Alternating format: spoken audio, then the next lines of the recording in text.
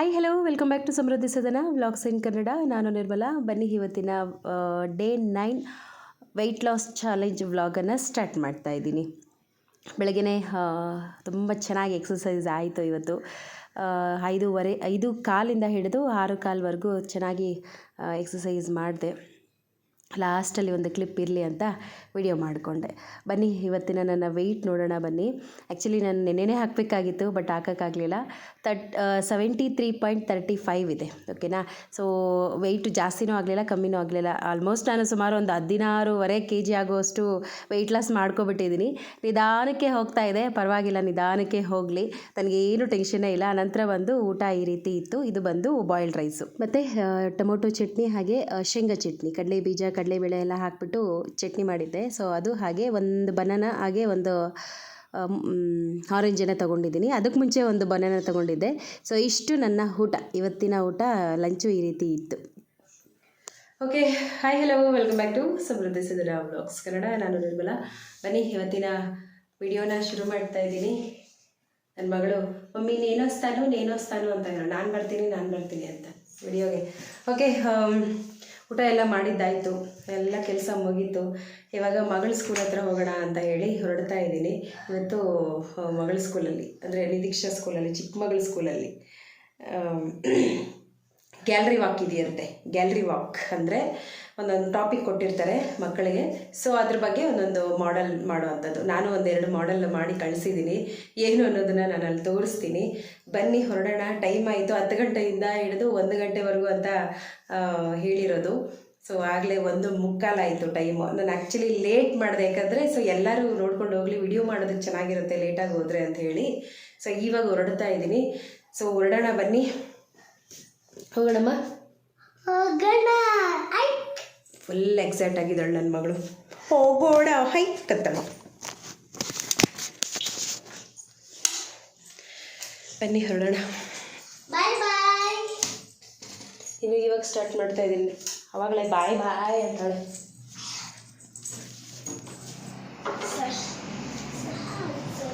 ನೀರು ಕುಡಿಬೇಕು.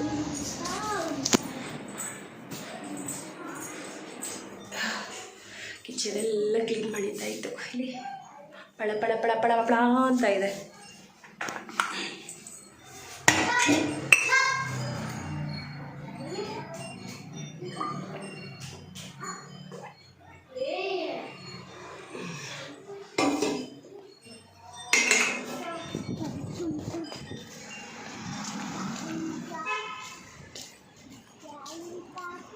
ಇವಾಗ ಹೊರಡ್ತಾ ಇದ್ದೀನಿ. ಆ್ಯಕ್ಚುಲಿ 10 ಗಂಟೆಯಿಂದ 1 ಗಂಟೆವರೆಗೂ ಇದ್ದಿದ್ದು. ನಾನು ಲೇಟ್ ಮಾಡಿದೆ, ವಿಡಿಯೋ ಮಾಡೋದಕ್ಕೆ ಚೆನ್ನಾಗಿರುತ್ತೆ ಅಂತ ಹೇಳಿಬಿಟ್ಟು, ನಿಮಗೂ ತೋರಿಸ್ದಂಗೆ ಆಗುತ್ತೆ, ಒಂದು ರೀತಿ ಮಕ್ಕಳು ಯಾವ ರೀತಿ ಮಾಡಿದ್ದಾರೆ ಅಂತ ನಿಮಗೂ ತೋರಿಸ್ದಂಗೆ ಆಗುತ್ತೆ ಅಂತ ಹೇಳಿ 1 ಗಂಟೆ ಮೇಲೇ ಹೋಗ್ತಾ ಇದ್ದೀನಿ.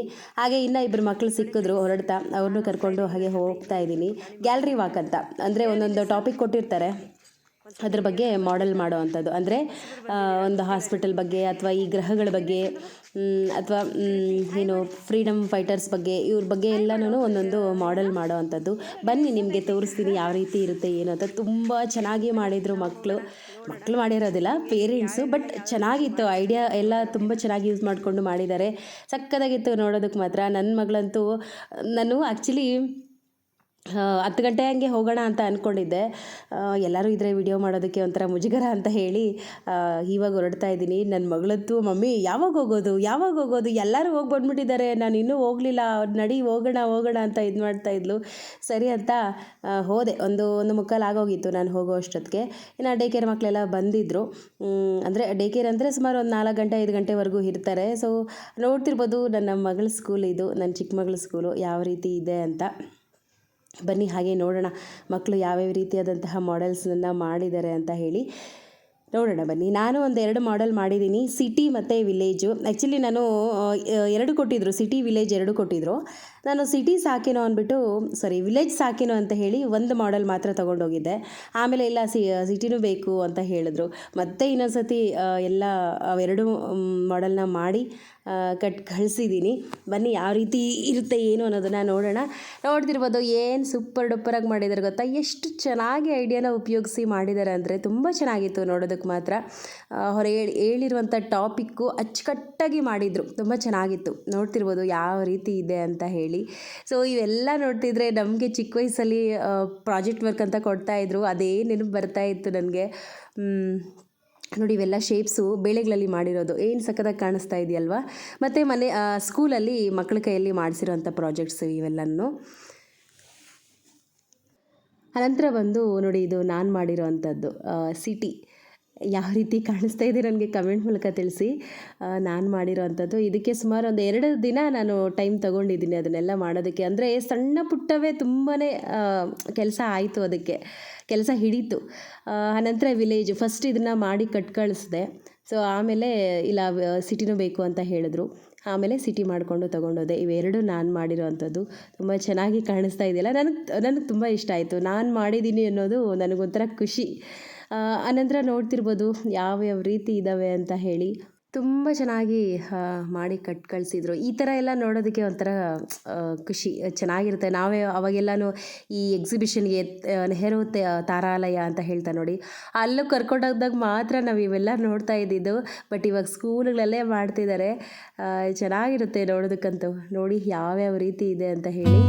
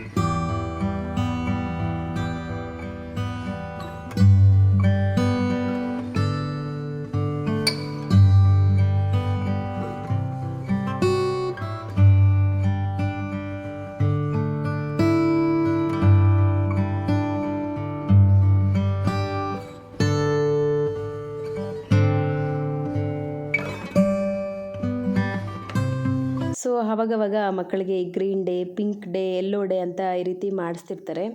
ಸೊ ಆ ಒಂದು ಕಲರ್ಗೆ ಸಂಬಂಧಪಟ್ಟಂತಹ ಫ್ರೂಟ್ಸ್ ಆಗಿರಲಿ ಅಥವಾ ವೆಜಿಟೇಬಲ್ಸ್ ಆಗಿರಲಿ ಈ ರೀತಿ ಮಾಡಿ ಕಳಿಸ್ಬೇಕಾಗಿತ್ತು. ಸೊ ಆ ಒಂದು ಮಾಡಿರುವಂತಹ ಏನು ಪ್ರಾಜೆಕ್ಟ್ ಇರ್ತವೆ, ಸೊ ಅದನ್ನೆಲ್ಲನೂ ವಾಲ್ ಮೇಲೆ ಅಂಟಿಸಿದ್ದಾರೆ. ನೋಡ್ತಿರ್ಬೋದು ಗ್ರೀನ್ ಡೇ, ಯೆಲ್ಲೋ ಡೇ ಮತ್ತು ಪಿಂಕ್ ಡೇ, ರೆಡ್ ಡೇ ಇವೆಲ್ಲನೂ ಮಾಡಿದ್ದಾರೆ. ಚೆನ್ನಾಗಿ ಕಾಣಿಸ್ತಾ ಇತ್ತು, ನೋಡ್ತಿರ್ಬೋದು. ಹಾಗೇ ಒಂದು ಸೆಲ್ಫಿ ತಗೊಂಡೆ. ನನ್ನ ಮಗಳು ಈ ಸ್ಕೂಲಲ್ಲಿ ಈ ವರ್ಷ ಇಲ್ಲಿ ಓದೋದು. ಅಂದರೆ ಇಲ್ಲಿ ಡೇ ಕೇರು LKG UKG ಅಷ್ಟೇ ಇದೆ, ಮತ್ತು ಬೇರೆ ಕಡೆ ಸೇರಿಸ್ಬೇಕು. ಮತ್ತು ನನ್ನ ಮಗಳು UKGಗೆ ಹೋಗಬೇಕು. ಮತ್ತು ಈ ವರ್ಷವೂ UKGನೇ, ನೆಕ್ಸ್ಟ್ ವರ್ಷವೂ UKGನೇ. ಯಾಕಂದರೆ ಅವಳಿಗೆ ಸ್ವಲ್ಪ 3 ತಿಂಗಳು 4 ತಿಂಗಳು ಚಿಕ್ಕವಳು ಇನ್ನು, ಅದಕ್ಕೋಸ್ಕರ ಮತ್ತೆ UKGನೇ ಓದಬೇಕು. ತುಂಬಾ ಮಿಸ್ ಮಾಡ್ಕೊತಾಳೆ ಸ್ಕೂಲ್ನ. ಮತ್ತು ನಾನು ಸಹ ಅಷ್ಟೇ ಡೈಲಿ 1 ಗಂಟೆಗೆ ಯಾವಾಗಲೂ ಹೋಗಿ ಕರ್ಕೊಂಬರ್ತಾ ಇದ್ದೆ. ನಾನು ಸಹ ತುಂಬಾ ಮಿಸ್ ಮಾಡ್ಕೊಳ್ತೀನಿ ಸ್ಕೂಲ್ನ. ಓಕೆ, ಆನಂತರ ಬಂದು ನೈಟ್ ಡಿನ್ನರ್ಗೆ ನಾನಿಲ್ಲಿ ಚಪಾತಿ 1-2 ಹಾಗೆ ಸೌತೆಕಾಯಿ ಎಲ್ಲ ಫ್ರೂಟ್ಸು ಅದು ಇದು ಎಲ್ಲ ತೊಗೊಳ್ತಾ ಇದ್ದೀನಿ. ಟೈಮ್ ಬಂದು ಆಗಲೇ 4:45 ಟೈಮು. ನಾನು ತಗೊಳ್ಳೋ ಅಷ್ಟೊತ್ತಿಗೆ 4:45, ಅಂದರೆ 5 ಗಂಟೆಗೆ ಇನ್ನು 10-15 ನಿಮಿಷ ಇತ್ತು ಅಷ್ಟೇ. ಬೆಳಗ್ಗೆ ರೈಸ್ ತೊಗೊಂಡಿದ್ದೆ, ಅಂದರೆ ಬಾಯ್ಲ್ಡ್ ರೈಸು. ಇವಾಗ ಬಂದು ಚಪಾತಿ ತೊಗೊಂಡಿದ್ದೀನಿ. ಸಿಂಪಲ್ ಊಟ.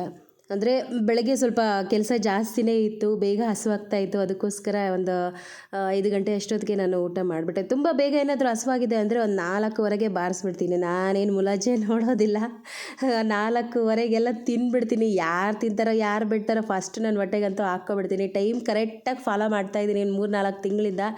ಸೊ ಇದೇನು ಗೊತ್ತಾ, ಈ ಒಂದು ನಾವೇನು ವೆಯ್ಟ್ ಲಾಸ್ ಚಾಲೆಂಜ್ ಅಂತ ತಗೊಳ್ತೀವಿ, ಅದರಲ್ಲಿ ಮೇಯ್ನಾಗಿ ನಾವು ಟೈಮಿಂಗ್ಸನ್ನು ಕರೆಕ್ಟಾಗಿ ಮೇಂಟೈನ್ ಮಾಡಬೇಕು. ಅದು ಏನೇ ಆಗಿರಲಿ, ಪ್ರಳಯ ಆಗಿರಲಿ, ಭೂಕಂಪ ಆಗಿರಲಿ, ಸುನಾಮಿ ಆಗಿರಲಿ, ಟೈಮ್ ಮಾತ್ರ ಪಕ್ಕಾ ಫಾಲೋ ಮಾಡಬೇಕು. ಆವಾಗಲೇ ನಮಗೆ ತುಂಬ ಚೆನ್ನಾಗಿ ವೆಯ್ಟ್ ಲಾಸ್ ಆಗುವಂಥದ್ದು. ಸೊ ನಾನು ಮಾತ್ರ ಯಾರು ತಿಂತಾರೋ ಬಿಡ್ತಾರೋ ಅದನ್ನು ನೋಡೋದೇ ಇಲ್ಲ. ಫಸ್ಟ್ ನಾನು ಹೊಟ್ಟೆಗೆ ಹಾಕ್ಕೊಂಡ್ರೆ ಸಾಕು, ಆ ಟೈಮ್ಗೆ ಹಸುವಾಗ್ತಾ ಇರುತ್ತೆ, ತಿಂದ್ಬಿಡ್ಬೇಕು ಅಷ್ಟೇ ಯೋಚನೆ ಮಾಡ್ತೀನಿ. ನಾನು ತಿಂದಾದ್ಮೇಲೆ ಮತ್ತೆ ನನ್ನ ಮಕ್ಕಳಿಗೆ ತಿನ್ನಿಸೋದು. ಒಂದು ವೇಳೆ ನಾನೇನಾದರೂ ತಿನ್ನೋವಾಗ ನನ್ನ ಮಕ್ಳು ಯಾರಾದರೂ ಬಂದರೆ ಸೊ ಅವ್ರಿಗೂ ಸಹ ಊಟ ಮಾಡಿಸ್ಕೊಂಡೆ ನಾನು ತಿಂತೀನಿ. ಇನ್ನು ಇದಾಗಿತ್ತು ಇವತ್ತಿನ ವಿಡಿಯೋ. ಈ ವಿಡಿಯೋ ಇಷ್ಟ ಆದರೆ ಪ್ಲೀಸ್ ಲೈಕ್, ಶೇರ್, ಕಮೆಂಟ್, ಹಾಗೆ ಹೊಸಬರು ನೋಡ್ತಿರೋ ಪ್ಲೀಸ್ ಸಬ್ಸ್ಕ್ರೈಬ್ ಮಾಡ್ಕೊಂಡು ಸಪೋರ್ಟ್ ಮಾಡಿ. ಆ ಬೆಕ್ಕು ಮರಿ ಬಂದಿದೆ, ಅದಕ್ಕೊಂದು ಕಾಟ ಕೊಡ್ತಾರೋ ಇಲ್ವೋ, ಅದು ಆಡಿ ಆಡಿ ಆಡಿ ಸುಸ್ತಾಗಿ ಮಲ್ಕೊಂಡ್ಬಿಡುತ್ತೆ, ಅಲ್ಲಿವರೆಗೂ ಕಾಟ ಕೊಡ್ತಾರೆ ಅದಕ್ಕೆ. ಏನೋ ಒಂಥರ ಮಕ್ಕಳಿಗೆ ನೋಡಿ, ಆ ಬೆಕ್ಕು ಬಂದಾಗಿದ್ದ ಅದೇ ಪ್ರಪಂಚ ಆಗೋಗ್ಬಿಟ್ಟಿದೆ ಮಕ್ಕಳಿಗೆ. Okay thank you so much. Bye bye.